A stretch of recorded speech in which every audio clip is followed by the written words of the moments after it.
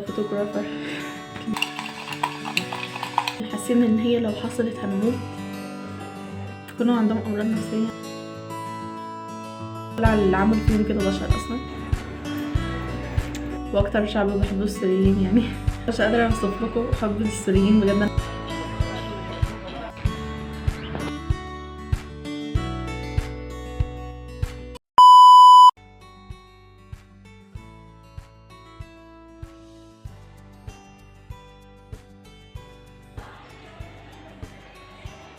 اخر مره صورت لكم كنت في المدرسه، كنت النهارده عندي امتحان ومصورتش بقية اليوم عشان ما كانش في حاجه اعملها الصراحه. بس دلوقتي انا خارجه مع عيلتي، فكرت اخدكم معايا، فيلا بينا.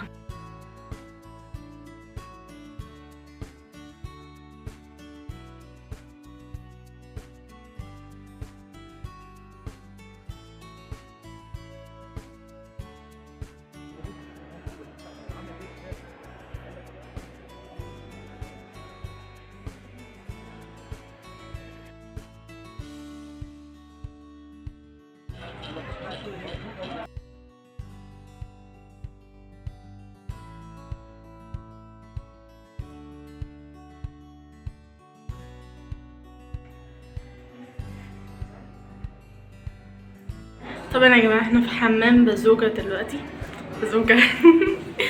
فحاليا هشوف هعمل ايه تاني وهصور لكم.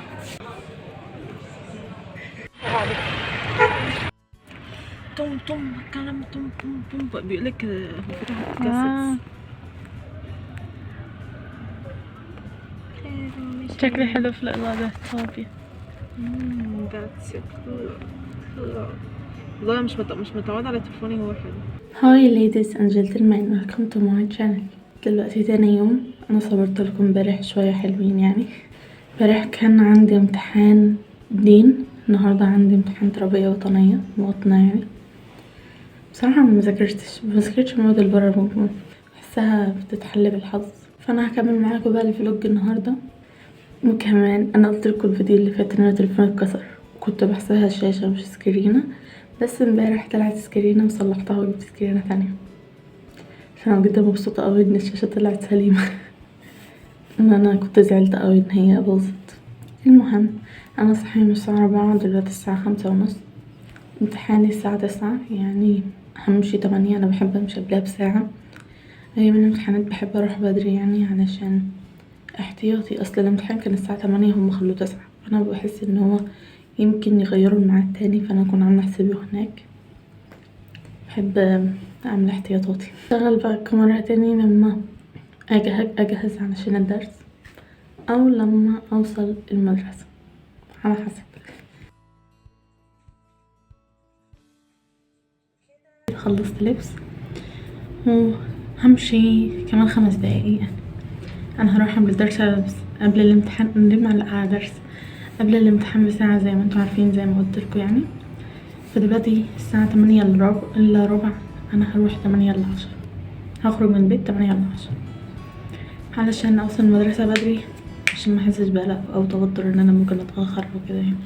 رغم ان المدرسه قريبه قوي، فهو 5 دقايق 10 دقايق وبوصل.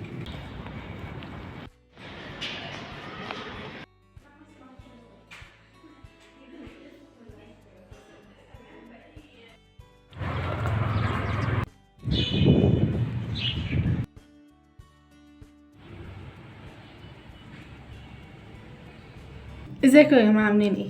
اخر مره صورت لكم كنت امبارح في المدرسه تقريبا يعني. بس النهارده يوم جديد. انا لقيت الفيديو قصير قوي، فقررت ان انا هكمله 3 يوم. النهارده ما عنديش امتحانات الحمد لله، كده خلصنا الامتحانات اللي بره المجموع. يوم السبت الجاي هنبدا الامتحانات اللي جوه المجموع، والنهارده الاثنين. فقررت باخدكم معايا في يوم النهارده. انا لسه واخده شاور، اظن واضح، معرفش واضح ازاي. بلبس دي علشان البس عليها، البس البندانه تحتيها والبس على طول، بدل ما اقعد البس طرحه والف وكده. فدي اسهل عليا. التيشيرت معرفش اعمل كده ليه، بس انا لابسه تحت تيشيرت تاني، فبما كان عندي عضلات. ماما واختي خرجوا من البيت دلوقتي، لا من شويه قبل ما استحمى يعني، كان حوالي نص ساعه كده. وانا غسلت المواعين. عملت ده كله في نص ساعه، متسألونيش ازاي. غسلت المواعين واستحميت وقعدت ارتب شويه في الاوضه. النهارده انا اول ما صحيت كان عندي نشاط رهيب. نظفت الاوضه كلها، كنست ومسحت ومش عارفه ايه، ولقيت ماما جايبه لي الفطار. تقريبا يعني صورت لكم الفطار. ماما جابته لي وانا بمسح الارضيه. فحاليا انا عايزه انا غاليه لبن، فعايزه بقى اعمل لي نسكافيه. يلا بينا. حاليا انا في المطبخ، متاخدوش بالكم من الحاجات اللي ورا دي. حاليا انا في المطبخ هغلي ميه كده وهرجع لكم وانا بعمل نسكافيه. اوكي وانا بتتهز متاخدوش بالكم. ده النسكافيه اللي هنعمله. نسكافيه ده مصري كافيه، عشان انا مقاطعه اصلا من زمان جدا واحنا بنستخدم النسكافيه المصري. معرفش ايه، انا اصلا معرفش ايه الفرق ما بينهم، يعني ايه الفرق في الطعم كده، مش فاهمه. بحسهم نفس الطعم. نقلب لحد ما يبقى لونه ابيض.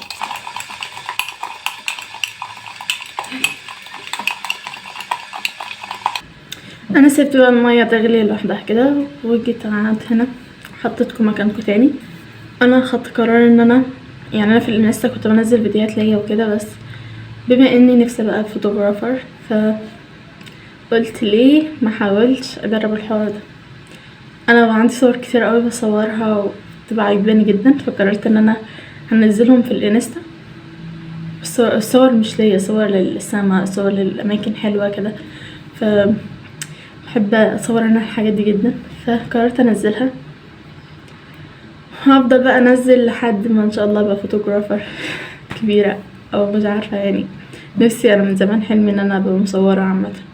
بحب التصوير جدا، يعني اما فيديوهات اما صور عاديه، بحب الاتنين.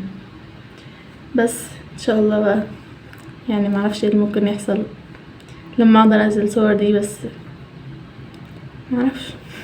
كنت عماله افكر قد ايه الحاجات اللي احنا كنا خايفين منها، وان لو حاسين ان هي لو حصلت هنموت، سبحان الله بتيجي بتحصل وبتخلص والحياة بترجع طبيعي تاني وما بيحصلش اي حاجة وبتتحل. كنت يعني قاعدة افكر في الحوار ده، اللي هو احنا ليه بنقلق اصلا من الحاجة دي؟ يعني مفيش حاجة ملهاش حل، كل حاجة ليها حل وكل مشكلة بتخلص فمتقعدوش تفكروا كتير يعني في اي مشكلة حصلت لكم، علشان يعني التفكير كتير اصلا، يعني لو في تفكير في حل مشكلة ماشي، لكن لو تفكير في ان انتوا خايفين من الموضوع ده، وقفوا تفكير، لان اصلا تفكيركم في موضوع كتير اصلا يعني غلط. كمان متقعدوش تفكروا في حاجة في المستقبل، يعني حاجة لسه محصلتش تقعدوا تفكروا فيها ليه؟ لا، سيبوا كل حاجة اللي بعدين، يعني سيبوا كل حاجة لوقتها. متفكروش كتير، ما تتعبوش نفسكم من التفكير والتوتر والقلق على حاجة لسه محصلتش اصلا. معرفش ليه قلت الكلام ده فجأة، بس انا كنت قاعدة افكر فيه كتير النهاردة، فقلت اقول لكم يعني ان انتم لو دلوقتي عندكم مشكلة او حاجة ما تفكروش فيها كتير ولا تتوتروا، وسيبوا كل حاجة لربنا. ان شاء الله ربنا يحل لكم المشاكل دي، ويعني ان شاء الله خير ان شاء الله. بس ما تتعبوش نفسكم من التفكير ولا التوتر، وان شاء الله تبقوا كويسين دايما كده.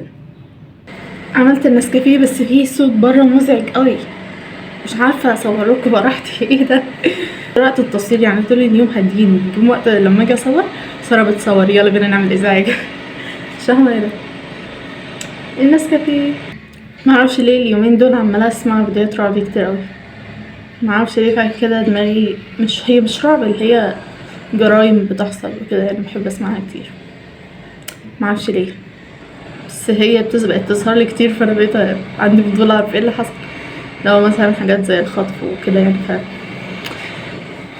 الموضوع بقى زايد قوي، فلدرجه ان انا مش قادره ان انا اوقف تفكير في المواضيع دي، اللي هو ليه اصلا يحصل الجرائم دي. انا عايزه عمو يوقف عشان اعرف اتكلم. عمو وقف بليز.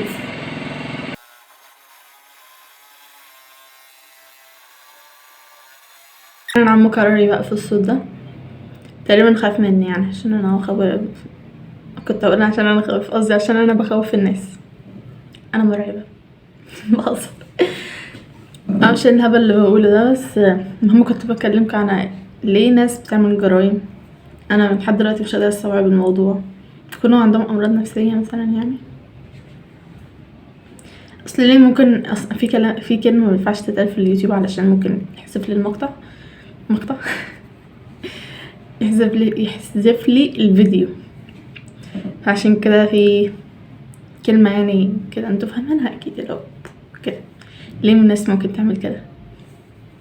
مش عارفة افهم الموضوع ده يعني، مش عايزة ادخل نفسي في كلام كده يعني، بس غريبة اوي بالذات يعني الحاجات اللي بنشوفها. شفت فيديو عن اسمها ايه، استنى اجيب لكم الاسم. كنت بقول لكم يعني زي سجن الصيدناية او صيدناية، مش عارفة انطق الاسم الصراحة، بس انه كان في سوريا.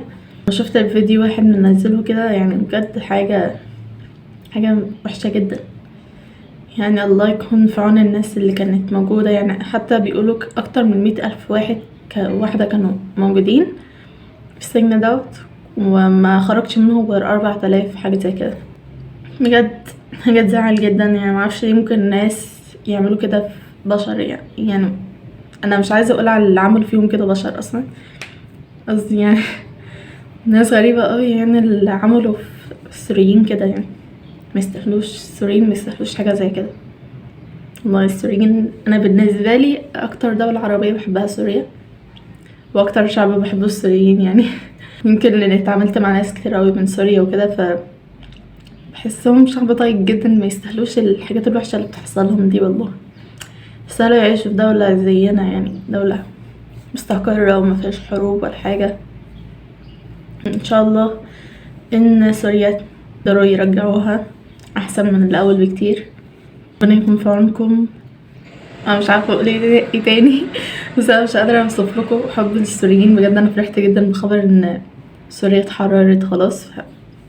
مبروك مبروك لاخواتي السوريين بجد يعني. الله يكون في عون. ايه يا عمو بقى، الواحد مش عارفه اتكلم كلمتين جد من صوته.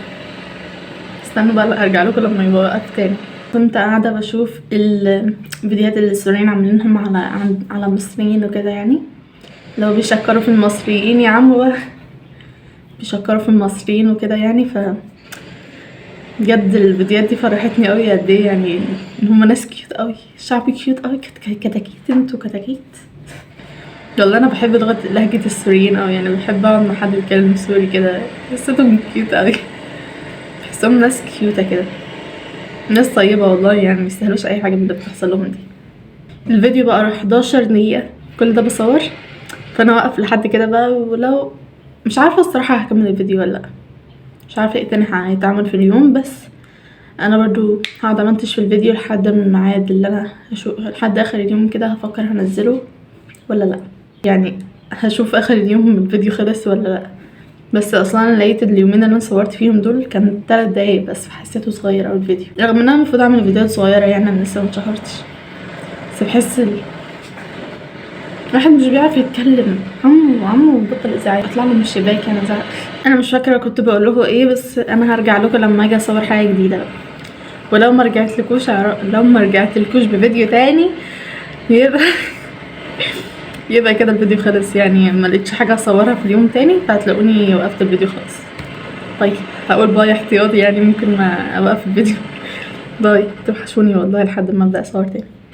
يا جماعه انا جهزت علشان اخواتي ماما واختي كلموني ان هم نازلين ياكلوا في مطعم كده، فقالوا لي انزلي يلا معانا، مع اني كنتش عايزه انزل النهارده بس هنزل خلاص. انا عارفه ان انتوا بتشوفوني في الطقم ده كتير، بس ده اكتر حاجه مريحه. بس النهارده انا غيرت البنطلون، كنت دايما بلبس عليه بنطلون اسود، بس النهارده لبست عليه بنطلون فاتح كده. هوريهولكوا لو عرفت اتصور بره. المهم يعني ده اكتر حاجه مريحه عندي، هتشوفيني لابسه كتير جدا الفتره دي، عشان بقيت اكسل البس حاجه وانا فبختار اي حاجه مريحه وخلاص. المهم يعني هكمل لكم بقى الفلوج النهارده. كنت مفكره اني هوقف بس خلاص، انا دلوقتي لبست ورايحه لهم، وبعدين هنروح المطعم مع بعض. يلا بينا يا حلوين.